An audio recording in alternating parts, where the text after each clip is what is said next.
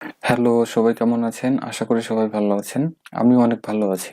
আজকের ভিডিওতে আমরা জানবো অফিস প্যাকেজে, অর্থাৎ অফিস প্যাকেজ বলতে এখানে Microsoft Word, power point presentation, Excel worksheet, Microsoft Access, এই অফিসের প্যাকেজগুলোতে আমরা কিবোর্ডের যে অল্টার কি আছে, এই অল্টার কি দ্বারা খুব সহজেই কিছু শর্টকাট কি আমরা ব্যবহার করতে পারি। তো এই ব্যাপারগুলোই মূলত আজকে আমরা দেখব।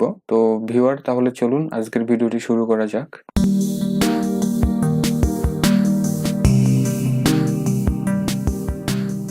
প্রথমে আমরা দেখব মাইক্রোসফট ওয়ার্ডে যে অল্টার কি প্রেস করে শর্টকাট গুলো ব্যবহার করা যায়, এই মেথড গুলো আমরা দেখব। তো আমরা এখন একটি ব্ল্যাঙ্ক পেজে আমরা আছি এখানে।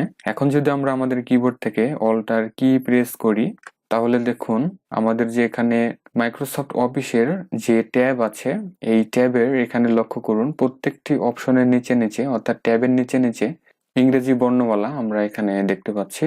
তো এটি মিন করে যে এই সাপোজ ধরুন যে এখানে ইনসার্ট আছে, আমরা অল্টার কি প্রেস করেছি, এখন যদি আবার অল্টার কি প্রেস করা অবস্থায় যদি এন প্রেস করি, তাহলে আমরা ইনসার্ট যে ট্যাব আছে এই ট্যাবের আন্ডারে যে সমস্ত রিবন আছে এই রিবন গুলোতে আমরা প্রবেশ করতে পারবো। তো আমরা একটু পরীক্ষা করে দেখি আসলে ঠিক আছে কিনা। তো আমরা ইনসার্ট ট্যাবের যে এন আছে এটি আমরা প্রেস করব। আমরা কিবোর্ড থেকে অল্টার প্রেস করে আমরা এখন এন প্রেস করব।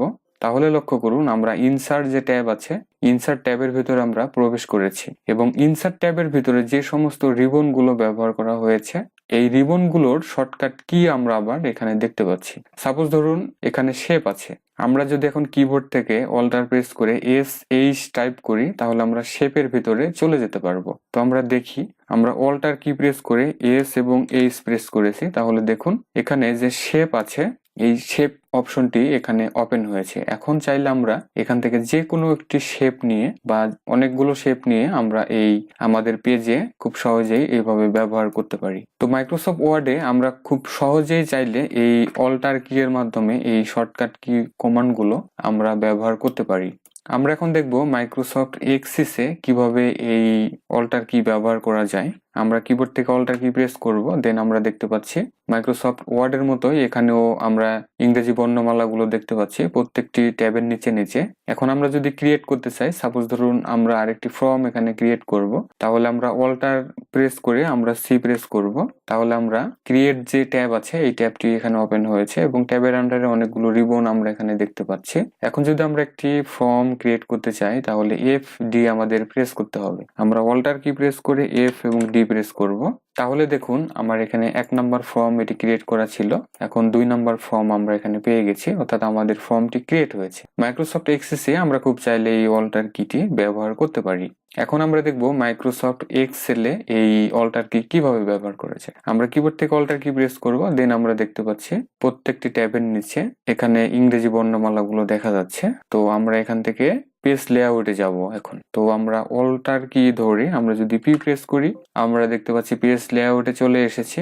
এখন আমরা চাচ্ছি যে আমাদের এক্সেল ওয়ার্কশিট আছে বা ওয়ার্কবুক আছে, এটির পেজ আমরা সেট আপ করবো, অর্থাৎ মার্জিনসে আমরা যাব। তো এর জন্য আমরা অল্টার কি প্রেস করে এখান থেকে এম প্রেস করব, তাহলে আমরা মার্জিন অপশনটি পেয়ে যাব এভাবে। এখন এখানে চাইলে এই মার্জিন গুলো আমরা ব্যবহার করতে পারি, অথবা আমরা চাইলে আবার অল্টার কি প্রেস করে এখানে কাস্টম মার্জিনস আছে, এখান থেকেও আমরা অল্টার কি এবং এ প্রেস করে আমরা চাইলে এই পেজ সেটআপ অপশনটি এখানে পেতে পারি। তো ভিউয়ার, আমরা চাইলে খুব সহজেই কিন্তু এই এক্সেল ওয়ার্কবুকেও এই অল্টার কিটি ব্যবহার করতে পারি। এখন আমরা দেখব মাইক্রোসফট পাওয়ার পয়েন্ট প্রেজেন্টেশনে কিভাবে অল্টার কি ব্যবহার করতে হয়। এখানেও আমরা সেম কাজটি করব, অল্টার কি প্রেস করব, দেন আমরা দেখতে পাচ্ছি প্রত্যেকটি ট্যাবের নিচে একটি করে ইংরেজি বর্ণমালা আমরা এখানে পেয়ে গেছি। এখন আমরা চাচ্ছি যে এখানে অ্যানিমেশনস এই ট্যাবটি আমরা ওপেন করব। তাহলে আমরা এখন যা করব তা হচ্ছে আমরা কিবোর্ড থেকে অল্টার কি এবং এ প্রেস করব। তাহলে আমরা দেখতে পাচ্ছি অ্যানিমেশন এই ট্যাবটি এখানে ওপেন হয়েছে এবং অ্যানিমেশন ট্যাবের আন্ডারে আমরা দেখতে পাচ্ছি সবগুলো অপশন এখানে ডিসেবল অবস্থায় আছে, অর্থাৎ আমরা অ্যানিমেশন দেওয়ার জন্য আমরা কোনো টেক্সটকে এখানে সিলেক্ট করি নাই। এখন যদি টেক্সটকে সিলেক্ট করি, তাহলে আমরা দেখতে পাচ্ছি এখানে সবগুলো অপশনই আমার এনেবল অবস্থায় হয়েছে। এখন আমরা চাইলে খুব সহজেই এই টেক্সটে শর্টকাট কি এর মাধ্যমে আমরা অ্যানিমেশন সেট করতে পারি। তো ভিউয়ার, আমরা চাইলে মাইক্রোসফট পাওয়ার পয়েন্ট প্রেজেন্টেশনেও এই অল্টার কি ব্যবহার করে এই শর্টকাট কি গুলো আমরা খুব সহজেই ব্যবহার করতে পারি। তাহলে ভিউয়ার এই ছিল মোটামুটি আজকের ভিডিও।